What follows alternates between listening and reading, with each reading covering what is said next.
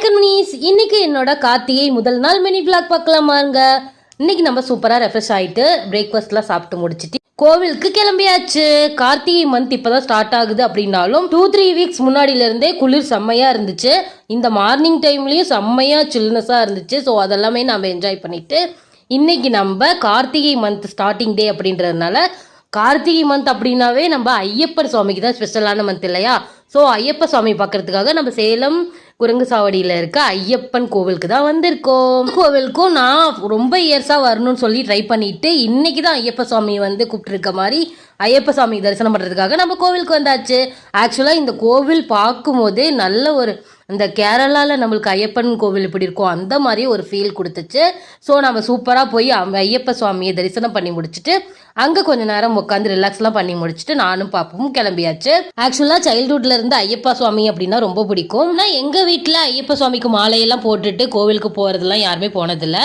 பக்கத்து வீடுகளில் மாலையெல்லாம் போட்டு சுவாமி கோயிலுக்கு போவாங்க இல்லையா, அவங்க கூப்பிடும் போது அவங்க வீட்டுக்கெல்லாம் போய் ஐயப்ப சுவாமி தரிசனம் பண்ணிட்டு பஜனை பாடல்கள் எல்லாமே பாடிட்டு வந்த ஞாபகம் எல்லாமே இருக்கு. இப்போ 2-3 இயர்ஸா என்னோட தம்பி மலைக்கு போறாரு. அது எனக்கு அவ்வளோ பிளஸ்ஃபுல்லான ஒரு ஃபீலிங்கா இருக்கு. சீக்கிரமாவே பாப்புவும் மலைக்கு போறேன்னு சொல்லியிருக்காரு. அது சீக்கிரமா நடக்கணும்னு சொல்லிட்டு ஐயப்ப சுவாமி ப்ரே பண்ணிட்டு நம்ம இப்போ சேலம் ஓல்ட் பஸ் ஸ்டாண்ட் வந்தாச்சு. எங்கே இருக்காக நம்ம வந்திருக்கோம்னு பார்த்தீங்கன்னா பூ வாங்கறதுக்காக தான். ஆக்சுவலாக நம்மளுக்கு புதன்கிழமை வந்து அமாவாசை வரப்போகுது இல்லையா? ஸோ அதனால அமாவாசை டேக்கு முந்தின நாள் இல்லாமல் 2 days பிஃபோராக நம்ம பூ வாங்கினோம் அப்படின்னா ரேட்டு வந்து பார்த்தீங்கன்னா கொஞ்சம் கம்மியாக இருக்க மாதிரி இருக்கும். நம்ம கார்த்திகை மந்த் அப்படின்றதுனால இன்னைக்கு ரேட்டு கொஞ்சம் அதிகமாக தான் இருந்துச்சு. ஆனால் அமாவாசைக்கு முன்னாடி நாள் வாங்கிங்கன்னா அதை விட ரேட் அதிகமாக இருக்கும். இந்த மாதிரி ட்ரை பண்ணி பாருங்க, மணி சேவ் பண்ண மாதிரி இருக்கும். நம்ம பூ வாங்கிட்டு பூஜை பொருட்கள் எல்லாமே வாங்கிட்டு அப்படியே நம்ம கிளம்பியாச்சு.